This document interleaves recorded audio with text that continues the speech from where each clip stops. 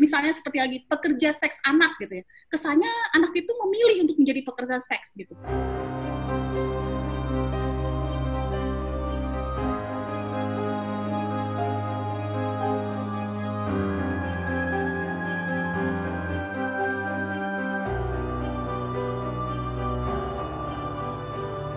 Ya, kembali lagi di Bincang Hukum bersama saya Kania Cita. Di sini sudah hadir ada Ibu Elia, Ibu Asmin, dan Sean Matthew.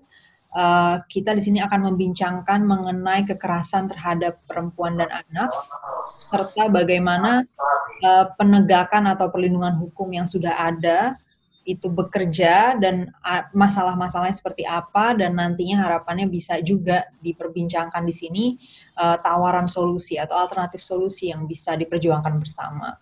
Kita mulai dari Bu Elia di sini dari sisi penegak hukum ya, karena Bu Elia di sini dari kepolisian. Kita mau mengambil kasus dari Kota Depok di sini ya Bu Elia. Bisa cerita sharing data ya. Bagaimana sih kondisi kekerasan terhadap perempuan dan anak di Kota Depok? Terima kasih Mbak Sania. Ya, pertama perkenalkan saya Ibda Elia, saya Kanit PPA Polres Metro Depok. Di sini saya akan sharing untuk angka di Depok ini termasuk cukup tinggi. Contohnya seperti tahun 2019, KDRT itu sekitar 85. Di tahun 2020, ini masih bulan Oktober sudah menginjak angka 71. Sedangkan untuk kasus-kasus yang ada dalam KUHP seperti pemerkosaan, pencabulan wanita dewasa, itu di tahun 2019 ada 36 kasus, sedangkan di tahun 2020 per Oktober 26, kemudian yang terakhir adalah kasus anak, kekerasan anak, baik itu persetubuhan, pencabulan atau kekerasan penganiayaan terhadap anak. Di tahun 2019 ada sekitar 83, tetapi di 2020 ini meningkat, sudah mencapai 75 di bulan Oktober. Jadi pandemi ini memang sangat berpengaruh ya terhadap peningkatan kasus di Depok.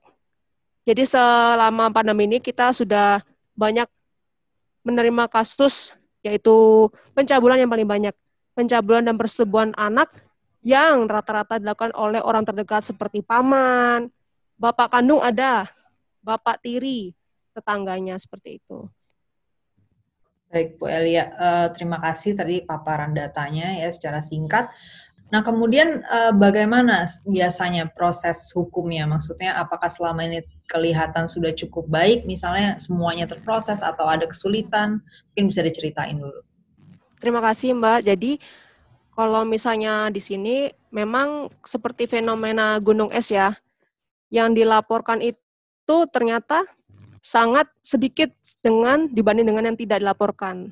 Jadi yang muncul tuh hanya sedikit.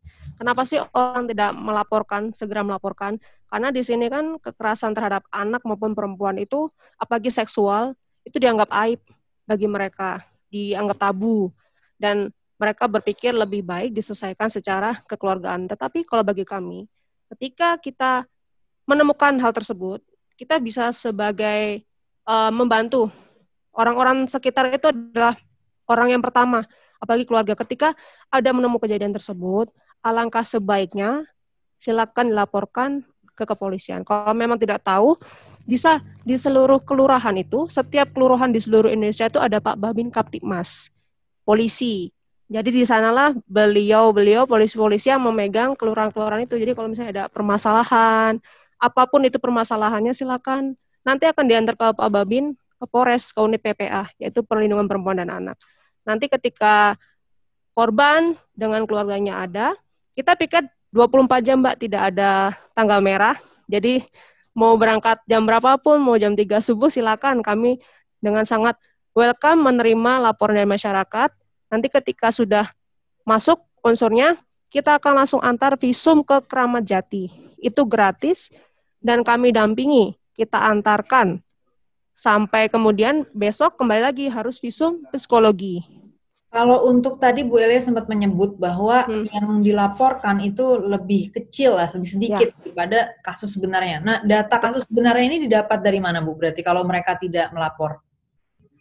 Sebenarnya saya juga ada di situ, kan ada perangkat desa ya. Perangkat desa mungkin seperti kamu ini kan Polres Depok. sebenarnya di Depok, tapi ikutnya Polda Metro Jaya. Jadi Cibinong itu kan seperti Bogor, seperti Tajur Halang, Bojonggede itu kan masuknya ke Jawa Barat. Tetapi akhirnya masuk ke wilayah kami. Nah, disitulah orang-orang di sana itu malas atau tidak mau melaporkan, kan mungkin jauh. Karena Tajur Halang dan Bojonggede itu kan sangat jauh ke Polres. Memang kalau mengurus ke pengadilan ya bukan sesuatu yang mudah juga ya, maksudnya kan ada proses di sana dan segala macam. Ketika keluarga dari pihak korban juga mungkin bukan orang yang punya kemampuan finansial yang cukup misalnya, sehingga kan mungkin sulit ya untuk terus menginvestasikan waktu dan energinya untuk mengurus gitu ya. Di sini berarti udah kelihatan salah satu problem juga di mana memang butuh sumber daya yang banyak nih untuk mengurus. Betul. Ya, Betul, profesi yang banyak. Tapi sebenarnya Mbak, mohon maaf menambahkan, dari kepolisian pun kita sudah bekerja sama dengan banyak instansi seperti P2T, P2A, ada bantuan hukum gratis, ada LPSK, ada pekerja sosial, ada rumah aman, ada Bapas, semuanya sudah kami siapkan. Pelayanan medis atau kesehatan itu juga gratis. Visum itu tidak bayar. Pemeriksaan psikologi juga tidak bayar. Dan kita bekerja sama dengan P2T, P2A untuk pendampingan. Kalau misalnya korban ini tidak bisa atau tidak mampu ya untuk membiayai LBH. Di sini P2T, P2A akan yang maju mendampingi anak, mendampingi korban perempuan. Jadi akan didampingi sampai pemeriksaan psikologinya, akan didampingi sampai persidangan. Kami pun juga bekerja sama dengan LPSK. Nanti akan kami buatkan rekom ke LPSK untuk mendampingi si korban ini. Jadi di sini tinggal jalan aja sebenarnya, cuma tinggal datang, kooperatif, sudah ikutin aja sampai persidangan. Itu mungkin di sini sosialisasinya juga kurang, karena kan mengingat kita banyak yang tidak tersentuh ya, karena kan Bojong itu seperti Bojonggede, Tajur Halang itu kan sangat jauh.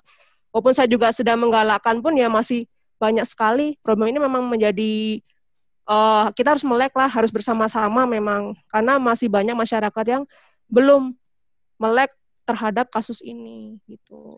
Ya, jadi mungkin masyarakatnya sendiri juga ketika menjadi korban tidak sadar bahwa itu ada perlindungan hukumnya, ya. Betul. Bila itu terjadi ya berarti. Oke, kita bisa lanjut ke Shan berarti sekarang nih, karena ini kita udah masuk ke tadi permasalahan bagaimana korban bisa melapor, juga di sana ada kesulitan di sana sini gitu ya. Walaupun tadi dari pihak penegak hukum sebetulnya sudah menyediakan banyak sekali bantuan, di mana di situ sebetulnya sudah sangat baik gitu ya, dalam artian ya korban sudah dapat perlindungan hukum gratis, visum dan pemeriksaan kesehatan medis dan lain sebagainya itu gratis, tapi kemudian tetap ada problem ya. Tadi juga termasuk salah satunya ketidakpahaman masyarakat juga tentang hukum yang ada yang melindungi mereka. Nah, Shan di sini sebagai pengacara ya, jadi memang memberikan bantuan hukum untuk para korban gitu ya, Shan. Mungkin bisa cerita bagaimana selama ini pengalamannya mendampingi dan apakah hukum yang sudah ada itu sebetulnya sudah cukup menangani kasus-kasus yang ada ini? Ya, terima kasih Chania. Selamat malam Bu Elia, Bu Asmin. Bu Asmin ini dosen saya. Ya, terima kasih juga sudah hadir kan. Pertama begini, kalau pertanyaannya soal peraturannya udah banyak gitu kan. Peraturan banyak lah di Indonesia gitu. Undang-Undang 23 2002, Undang-Undang 35 2014, mau dibikin lagi, RUU PKS, banyak lah. Tapi sebelum saya jawab peraturannya udah cukup atau belum, saya cerita dulu. Saya dampingi perkara perempuan dan anak udah dari tahun 2017, nggak terlalu banyak sih, hanya beberapa lah gitu. Dari beberapa ini saya cerita, salah satunya kasus nama korbannya SR. Kebetulan anak umur 6 tahun dicabuli oleh kakek tirinya. Umur 6 tahun dicabuli oleh kakeknya umur sekitar 50-an. Nah, kakeknya ini ketika melakukan pencabulan segala macam itu dicekokin atau dipengaruhi dengan video porno. Jadi cucunya itu disuruh nonton video porno. Nah, persoalannya seperti yang tadi Bu Ibda Elia katakan kan, bahwa jarak juga menjadi penting. Karena memang rumahnya SR ini ada di Citayam, Bu. Nah, Citayam itu jaraknya mungkin juga ada yang belum tahu. Dari Citayam ke Polres Depok memang sekitar mungkin 5-10 kilo mungkin ya. Tapi macet, apalah segala macam itu membuat jadi lama. Nah, itu juga yang membuat keluarga korban, karena keluarga korban kebetulan juga usahanya di rumah, kerjanya di rumah, kegiatannya di rumah, intinya memang betul-betul di sekitar Citayam itu aja. Jadi ada rasa segan gitu, rasa segan untuk ke Polres karena jauh. Yang kedua juga memang biayanya kurang, seperti itu kurang lebih. Nah, kasus yang kedua itu DP, persetubuhan anak. Jadi ini bapaknya, bapak kandung itu menyetubuhi anaknya selama 2 tahun. Nah, masalahnya istrinya ini, ibunya korban ketika menemukan atau mengetahui bahwa suaminya, orang tuanya bapaknya si korban ini melakukan pemerkosaan lah atau persetubuhan, ya kan? Bingung ibunya. Ini mau dilaporin apa enggak? Kalau dilaporin, ibunya makan apa? Anaknya makan apa? Kurang lebih begitu. Ya kan? Sedangkan ancaman pidananya juga nggak main-main kan, kalau di Undang-Undang 35 2014 minimal 5 tahun, maksimal 15 tahun. Minimalnya aja berarti orangnya udah bisa ditahan kalau berdasarkan KUHP, kan begitu. Nah, terus yang ketiga, ini kekerasan biasa mungkin, bukan seksual ya. Seorang ibu N namanya, itu kemarin baru bulan lalu kita advokasi juga dari Badan Bantuan Hukum PDI Perjuangan kan, itu rumahnya di Tapos. Jaraknya memang lumayan jauh, kurang lebih 12-15 kilo dari Polres Depok. Nah, jadi gini, anaknya itu ditabrak sama tukang ojek. Ketika ditabrak sama tukang ojek, seorang ibu pasti marah kan. Marah, dipukulin malah sama tukang ojeknya. Dipukulinnya sampai jatuh ya, diinjek-injek gitu kurang lebih. Nah, persoalannya ibu ini seorang janda. Dia juga nggak punya uang yang gimana, akhirnya bingung mau ke Polres tuh naik apa, ya kan? Maksudnya dia nggak punya uang, suaminya udah pergi meninggalkan dia dan anak-anak, bingung nih. Ini kekerasan biasa ya, bukan seksual. Nah, akhirnya ya kita yang cover untuk naik transportasi online dari rumah ke Polres. Tapi kan di sini ada beberapa benang merah yang bisa kita ambil. Benang merahnya apa? Paling pertama jarak. Kenapa jarak? Mungkin memang Bu Elia tadi sudah katakan bahwa oh iya di setiap kelurahan ada P2 TP2A. Persoalannya dari beberapa kasus yang saya temukan itu peran P2 TP2A belum maksimal. Kenapa? Karena sulit juga berpikir bahwa ketika seseorang mendapatkan musibah seperti ini, mau kejahatan, mau pelecehan, mau kekerasan, mau apapun terhadap perempuan dan anak, itu sulit kalau dia disuruh ke kelurahan dulu, atau dia menunggu dulu, atau apa segala macam, apalagi ke Polres.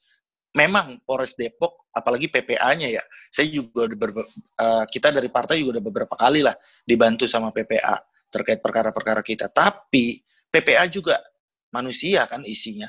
Berapa orang personilnya di dalam unit itu, kan nggak mungkin bisa cover semua kasus di Kota Depok loh. Menurut saya nggak mungkin secara jarak, nggak mungkin secara personil. Nah, dua ini yang menjadi menarik kan, gitu. Ini mau gimana?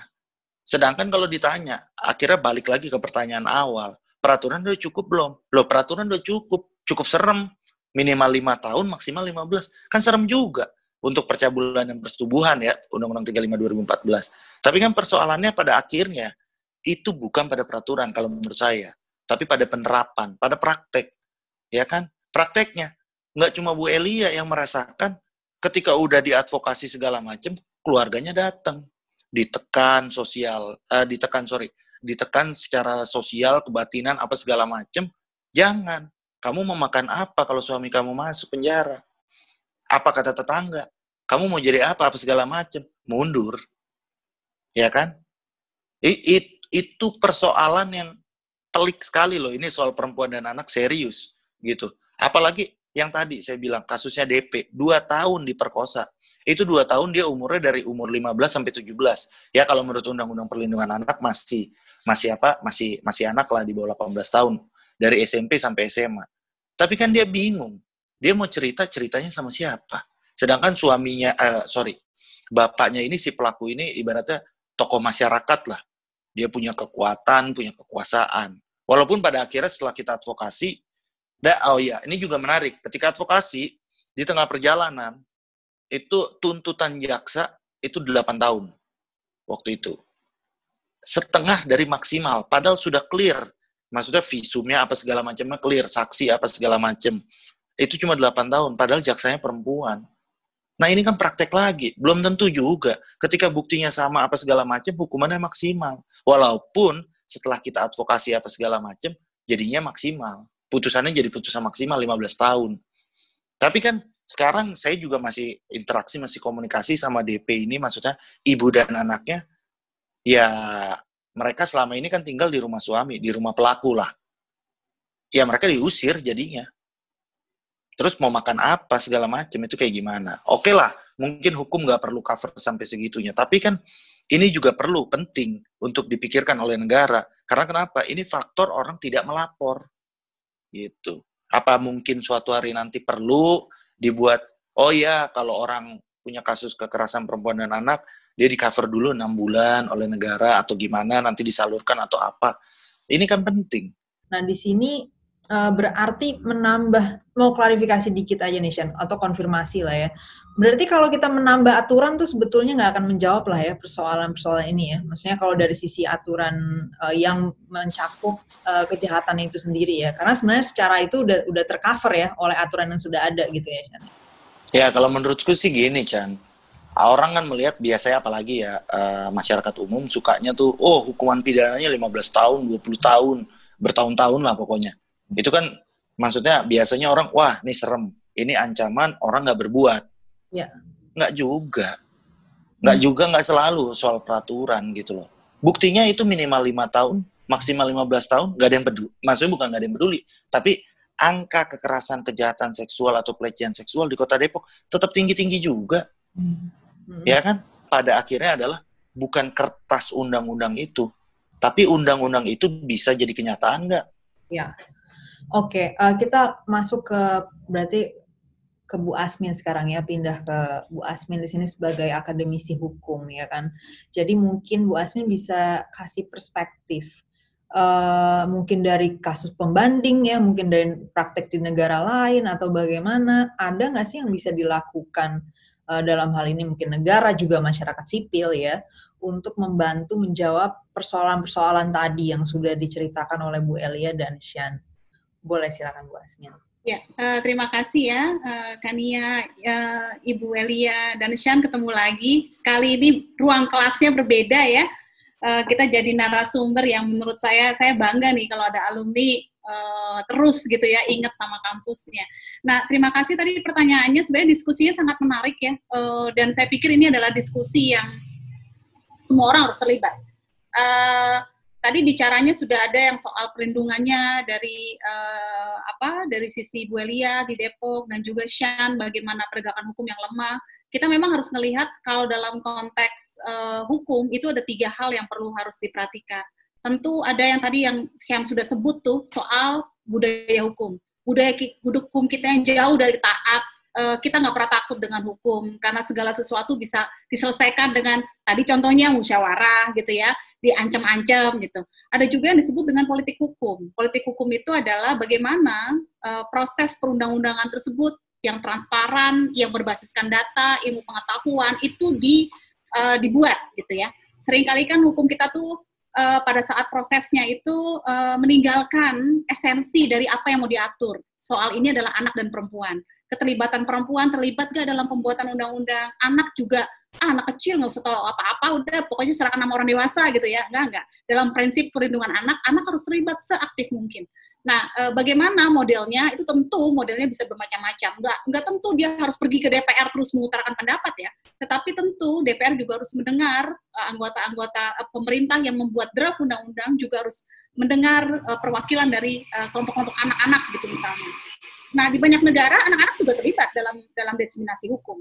Bentuknya mungkin bukan kayak pasal-pasal yang menjemukan itu ya. Shen tahu betul lah ya, belajar hukum tuh menjemukan banget kalau ngeliat undang-undangnya. Bentuknya sangat animatif, bentuknya sangat interaktif, mereka pakai audio visual gitu ya untuk menerangkan isi pasalnya apa sih. Yang paling mudah misalnya, anak-anak sedini mungkin diajarkan soal konstitusi.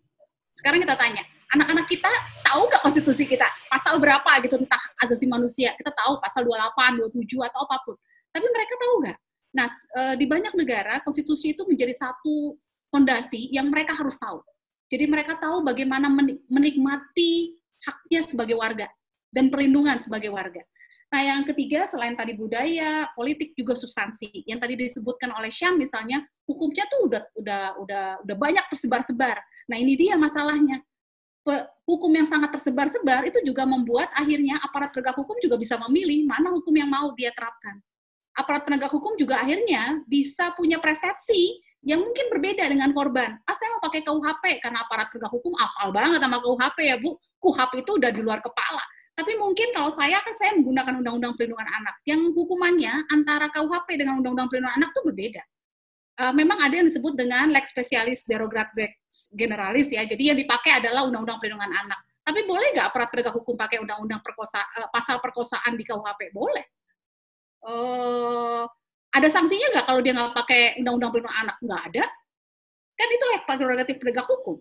Gitu. Nanti diputus aja di pengadilan, pasti alasannya kayak gitu ya Bu. Oh ya udah, pokoknya P21 jaksa nanti abis itu jaksa aja tentuin dakwaannya, primer, subsidiar, alternatif, gabungan gitu ya. Nanti hakim tuh yang akan mutusin. Kan semuanya jadi bermuara di hakim ya. Nah ini dia. Pemahaman hakim kita yang tersedia untuk pemahaman gender yang baik, perlindungan anak yang baik, berapa banyak. Sehingga nuansa perlindungannya itu kelihatan pada saat dia mengutarakan putusan gitu. Yang tadi Shen ragukan kan, lah harusnya tuh minimal 15, kenanya kok 8 ya, perempuan lagi. Gender nggak ada hubungannya dengan perempuan. Kadangkala putusan-putusan perempuan, putusan-putusan kasus perempuan, KDRT misalnya, KDRT yang dilakukan oleh perempuan, itu belum tentu berhasil baik di tangan hakim perempuan. Jadi perspektif gender kita itu juga lemah sekali ya. Aparat penegak hukum, korban, pelaku apalagi, kalau bisa nggak usah ngomongin gender gitu. Nah, ini yang membuat memang bagaimanapun sinkronisasi hukum, harmonisasi hukum harus ada. Karena kalau hukum yang tercerai-berai ya, tadi kan KUHP mengatur soal perkosaan, Undang-Undang Perlindungan Anak juga mengatur soal perkosaan, KDRT juga mengatur soal kekerasan seksual di rumah tangga, LPSK melindungi korban-korban kekerasan seksual ya, mau perdagangan manusia kayak pornografi dia lindungi. Kita juga punya sekarang yang nggak pernah disentuh orang nih, jaminan undang-undang tahun 2019 tentang pekerja sosial. Yang di banyak negara dari dulu udah ada, di kita baru 2019. Sebenarnya yang dilakukan oleh Mbak Elia, dilakukan juga oleh Shen, itu akan sangat terbantu apabila pekerja sosial kita benar-benar udah kayak depannya ya, pagernya gitu. Kenapa pagernya? Karena di banyak negara pekerja sosial sebenarnya yang menjadi jembatan antara aparat penegak hukum dengan masyarakat.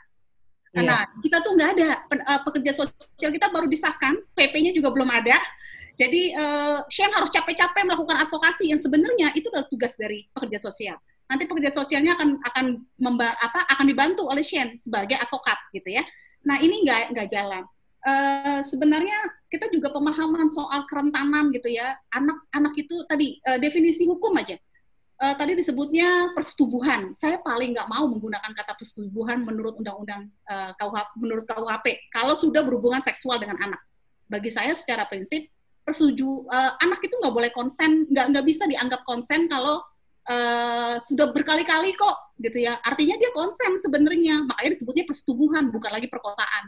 Nah ini di konstruksinya hukum kita memang paradigmanya jauh dari perlindungan anak. Jadi kalau misalnya seperti lagi pekerja seks anak gitu ya, kesannya anak itu memilih untuk menjadi pekerja seks gitu. Nah kata-kata itu, label-label yang abu-abu atau orang-orang bener ya Bu Elia ya aib gitu kalau ngomong perkosaan tuh, aduh direm-rem gitu ya. Bagi saya enggak, kekerasan terhadap anak bentuknya bisa macam-macam, tapi semua yang berhubungan dengan seksual atau paksaan penetrasi seksual itu bentuknya pasti perkosaan. Nggak ada yang kita bilang udah persetubuhan lah, nanti di pasalnya lebih ringan dibandingkan perkosaan. Karena apa? KUHP kita tidak cukup rigid definisi soal perkosaan. Perkosaan dalam KUHP kita kan sempit banget. Penetrasi antara penis ke vagina. Bagaimana perkosaan terhadap anak laki-laki? Nggak ada yang dilindungi dalam KUHP. Yang dilindungi lewat Undang-Undang Perlindungan Anak. Sayangnya, memang Undang-Undang Perlindungan Anak itu nggak sampai detail mengenai macam-macam kekerasan seksual. Yang itu yang akan dijawab melalui Undang-Undang PKS. Kan ada definisi kekerasan seksualnya lebih dirigidkan lagi gitu ya, dengan harapan bisa menjerat kekerasan yang tidak masuk ke dalam Undang-Undang Perlindungan Anak dan juga tidak masuk ke dalam RUU KUHP apalagi ya. Jelas lah ya, KUHP kita kan dari zaman Belanda, ya kita harapkan apa gitu ya perlindungannya metode sekarang. Contoh lagi misalnya kekerasan pornografi, ya jelas itu nggak bisa kita pakai KUHP, ya pasti pakainya undang-undang pornografi yang kadang-kala juga antara korban dan pelaku nggak kelihatan, ya blur kan dalam undang-undang pornografi, yang korban bisa jadi pelaku gitu. Nah itu sih Mbak mungkin untuk trigger pertanyaan pertama dulu. Ya, Bu Asmin, terima kasih tadi paparannya mengenai sebenarnya berarti ada flaw juga ya di dalam hukum yang sudah ada tadi mengenai ketidaksinergisan antar produk hukum yang berbeda. Mungkin bayangannya jadi harus ada omnibus law kekerasan seksual gitu ya. Jadi semuanya nanti langsung dicampurin dalam satu, benerin semua sekalian karena kayaknya ini mencar-mencar dan jadinya tadi nggak rigid jadinya ya mana yang akan dipakai nih dalam suatu kasus karena bisa begini bisa begitu. Ada mau menanggapi dulu Bu Elia atau Shan terkait paparan Bu Asmin tadi? Baik, kalau selama ini alhamdulillah kalau misalnya tentang anak kita pasti gandengnya Undang-Undang Perlindungan Anak. Kenapa? Karena KUHP itu kan kalah. Hukumnya kecil, makanya kita selalu pakai Undang-Undang Anak. Karena dia tuh minimal 15. Terus mungkin seperti Ibu bilang, rancangan Undang-Undang PKS tuh bagus juga. Soalnya kalau saya lihat KUHP tuh tipis Bu, bener rancu. Kayak misalnya percobaan pemerkosaan ya, dia bilangnya di pemerkosaan tuh harus, masuknya penis ke dalam vagina. Sedangkan kalau misalnya percobaan itu gagal, jatuhnya kan pencabulan. Nah, pencabulan kan lebih rendah, sedangkan kan dia maunya ke pemerkosaan. Nah, di situ kan juga mungkin kurang pas. Makanya kalau dalam KUHP kita juga agak susah kalau ngejerat. Kalau anak-anak tuh alhamdulillah udah enak lah, udah pasti pegangannya. Tapi kalau KUHP memang kurang apa ya? Kurang lah intinya. Ya memang mungkin perlu adanya rancangan undang-undang PKS itu memang perlu. Soalnya biar seperti KDRT, ada pastilah hukumannya memang spesialis, ada undang-undang anak. Jadi memang benar-benar untuk nge-grip. Karena kita lihat undang-undang yang anak aja minimal 5-15 tahun seperti Mas Yan bilang, orang juga nggak takut-takut. Saya juga bingung, saya nih nangkep terus, tapi nggak ada habisnya. Gitu. Apa sih yang salah? Sedangkan saya juga sudah sosialisasi ya ke sekolah-sekolah, bekerjasama dengan Pemda.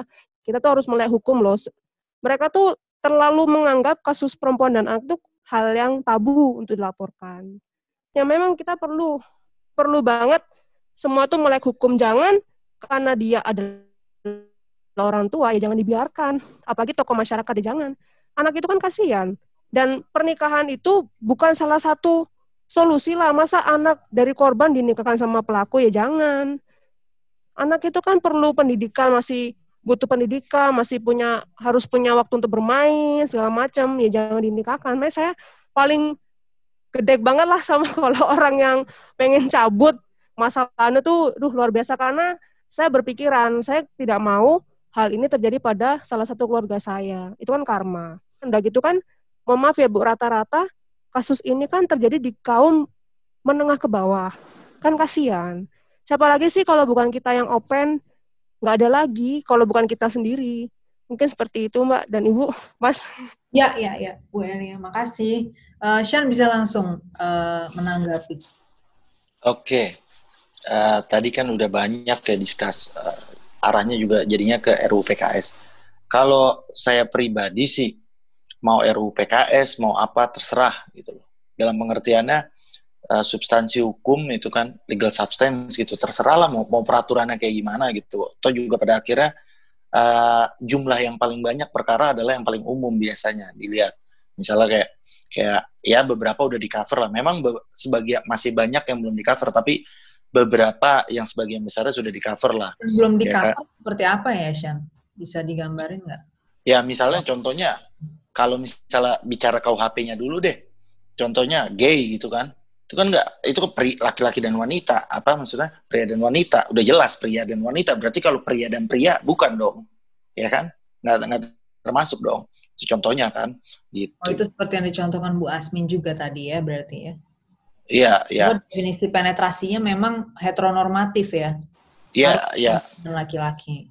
Dan juga kan dalam hukum kan kita juga kadang disuruhnya hitam putih gitu loh. Dalam pengertiannya ya kalau tulisannya memang begitu, walaupun sebetulnya niatnya sama, perbuatannya sama juga, ya kita tetap harus menafsirkannya kan seperti itu gitu.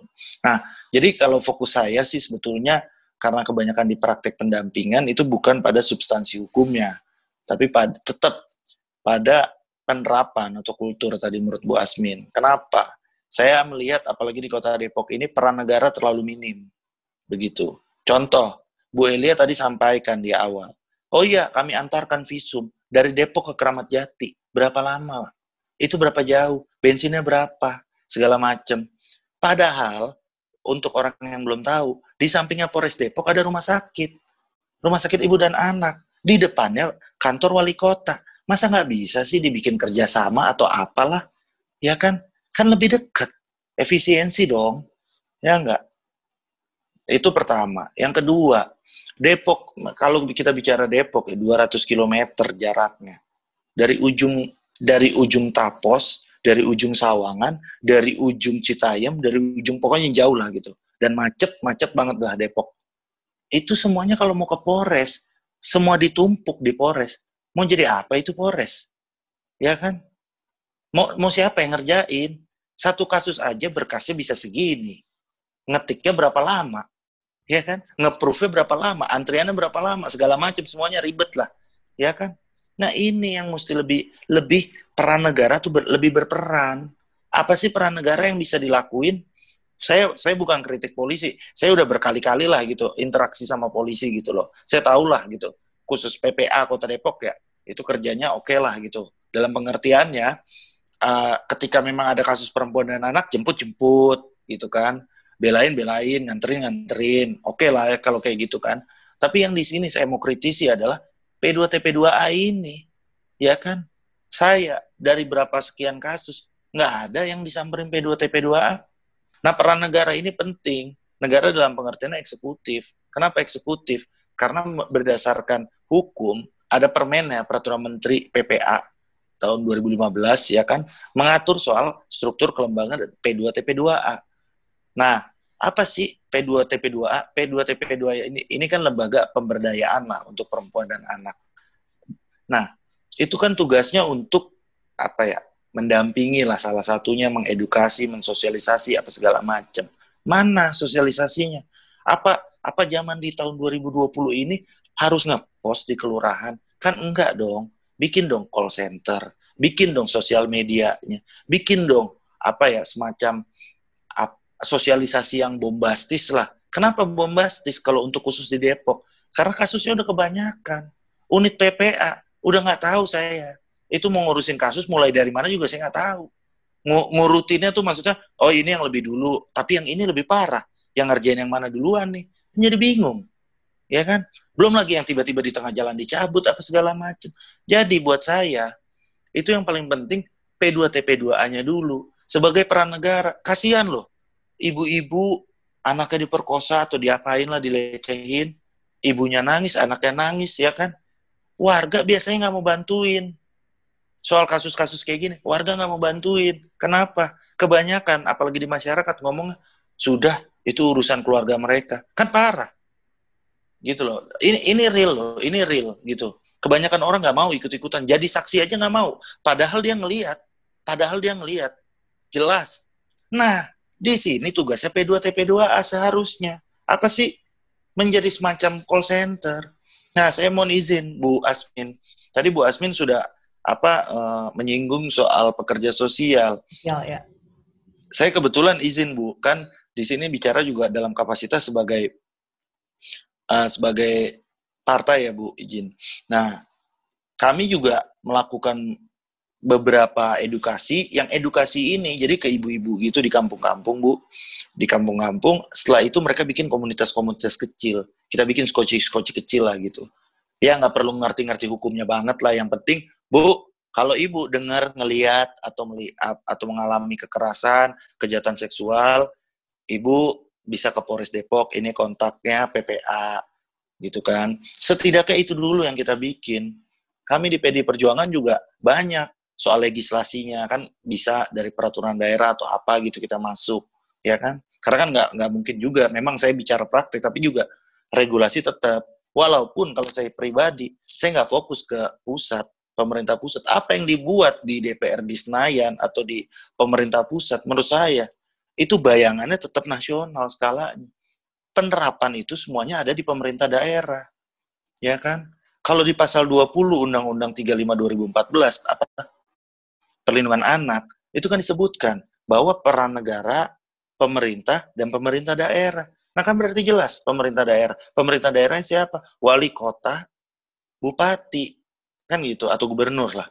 Nah, di Depok, ini kasusnya udah kayak gini, gimana pemerintah kotanya? Gimana wali kotanya? Itu kan P2T P2A di bawah wali kota. Mana gimana? Kan gitu. Ini yang kita perlu kita perlu rubah. Memang peraturan penting seperti yang Bu Asmin bilang, masih banyak yang belum cover segala macam. Ya. Tapi yang lebih penting prakteknya buat saya itu. Dan dalam prakteknya sebetulnya peran pada level daerah justru sangat banyak ya. Maksudnya skupnya justru sangat luas di level kota, kabupaten tadi dibandingkan pada level nasionalnya lah gitu ya. Dalam konteks ini misalnya payung UU ya. Walaupun kita memang perlu misalnya undang-undang, tapi untuk kemudian mengeksekusi peran pada level daerah sangat luar biasa signifikan ya berarti ya. Oh iya. Sorry kepotong nih. Itu jelas banget kok dalam level daerah itu penting. Karena kenapa? Itu P2T P2A itu kan sampai tingkat kecamatan.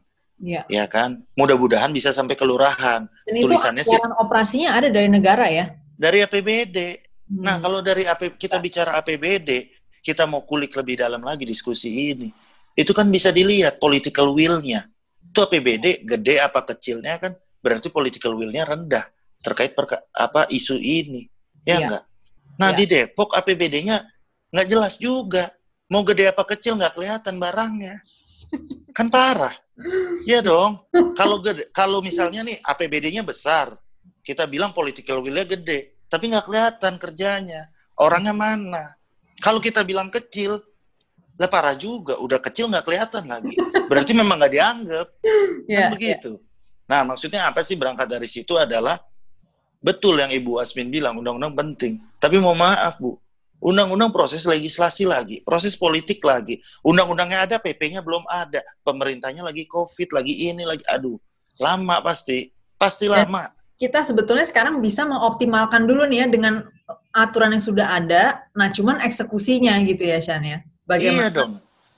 Orang kan kebanyakan kan maksudnya kebanyakan itu maunya yang bagus lah. Oke, bagus, teorinya bagus lah. Persoalannya praktek bisa dijalankan nggak di praktek. Kita mau hapus kekerasan seksual. Kekerasan seksual itu, kalau tadi Ibu Elia katakan, oh iya maaf, ini ekonominya menengah ke bawah. Mohon maaf Bu, belum tentu juga. Yang menengah ke atas siapa tahu malu. Siapa tahu dia nggak mau cerita. Siapa tahu dia takut apa segala macam. Pada akhirnya kan penerapan. Iya. Bu Asmin mau kasih catatan tambahan dari tadi diskusi dari Bu Elia dan Shan di sini, mungkin juga bisa menambah terkait dengan tadi budaya hukum, karena tampaknya signifikan juga ya faktor itu. Nah, kalau budaya hukum ini bagaimana ya kita, mungkin ada nggak tawaran solusi atau bagaimana kita bisa bekerja mengubah ini gitu ya? Coba Bu Asmin silakan. Ya, kalau tadi disebutkan oleh Ibu Elia, oleh Shan, kan memang kata kuncinya ini nggak bisa lakukan parsial ya.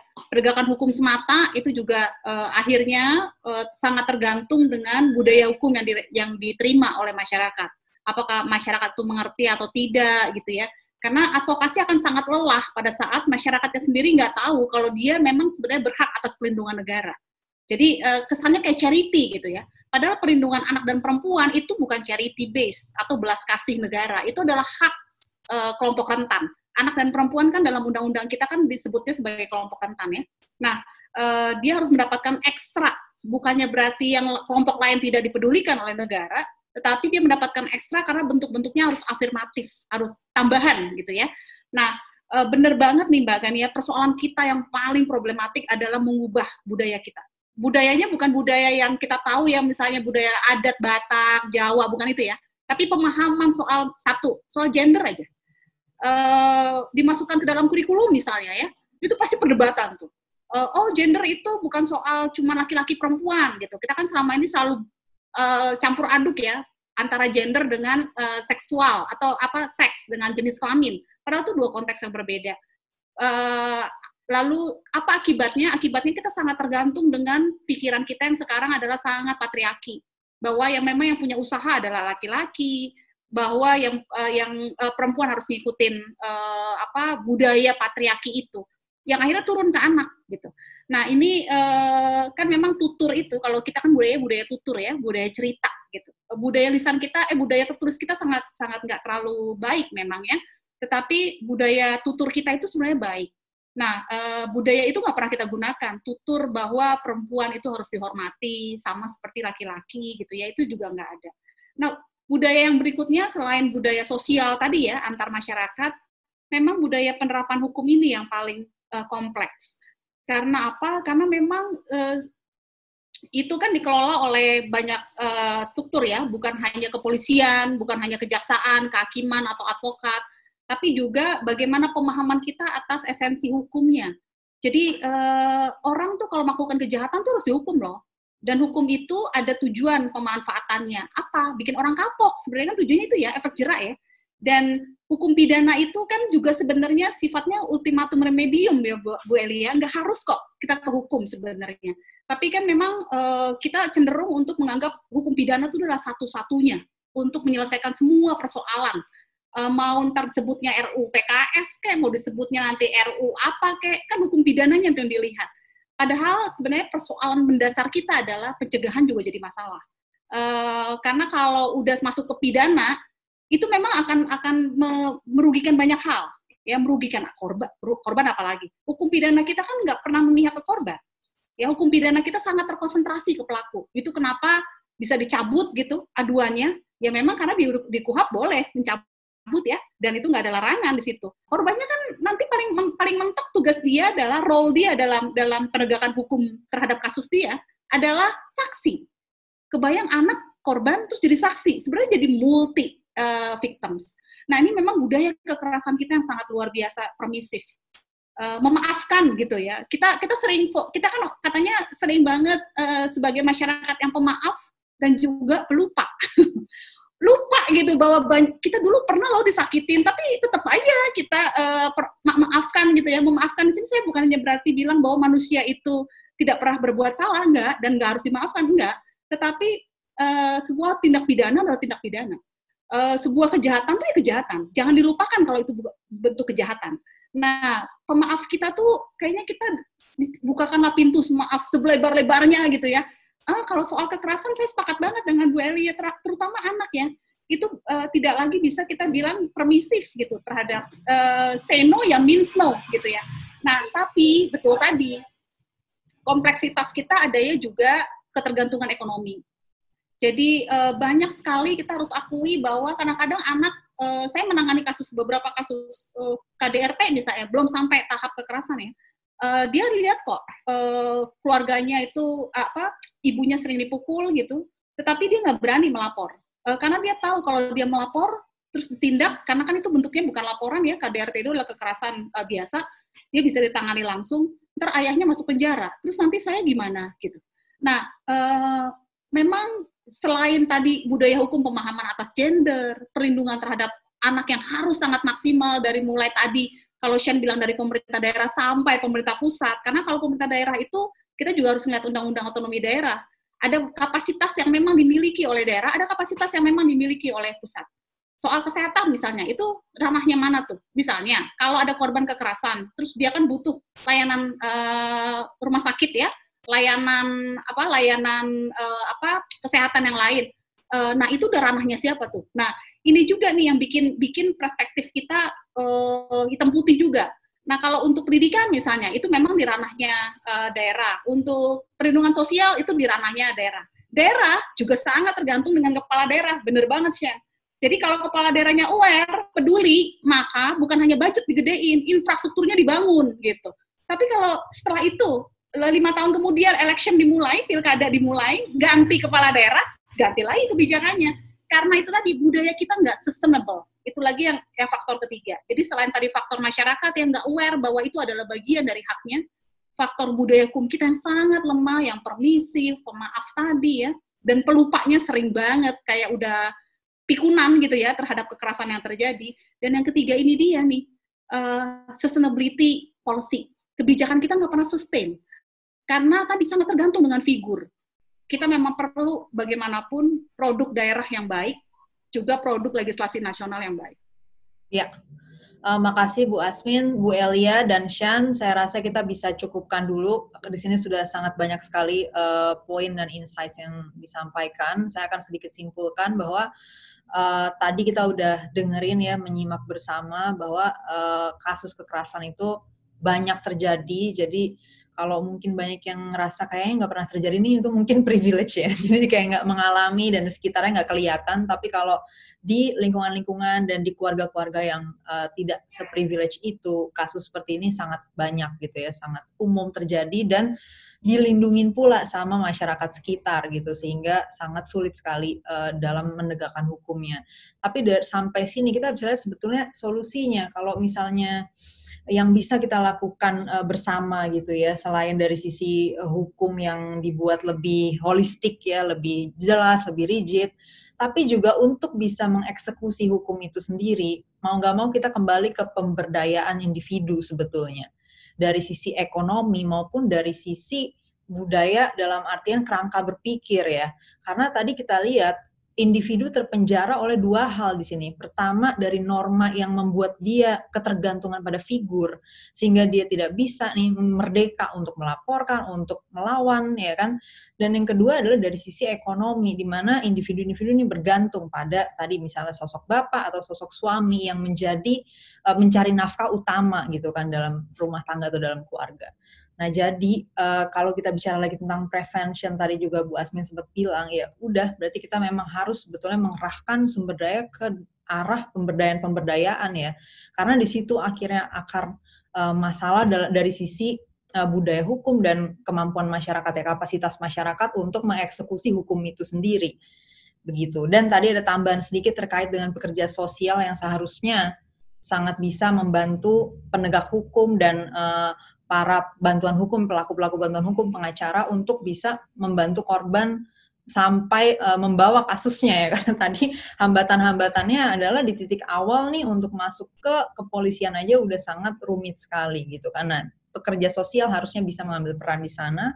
Kita juga mungkin bisa mendorong untuk lebih ada jelas juga perlindungan untuk para pekerja sosial yang perannya sebetulnya sangat signifikan dalam menjembatani masyarakat dengan hukum. Terima kasih yang sudah menyimak semuanya. Semoga diskusi hari ini bisa membawa manfaat dan teman-teman bisa lebih memahami dan mungkin bisa punya juga perspektif yang lebih solid lagi dalam melihat masalah kekerasan terhadap perempuan dan anak di Indonesia.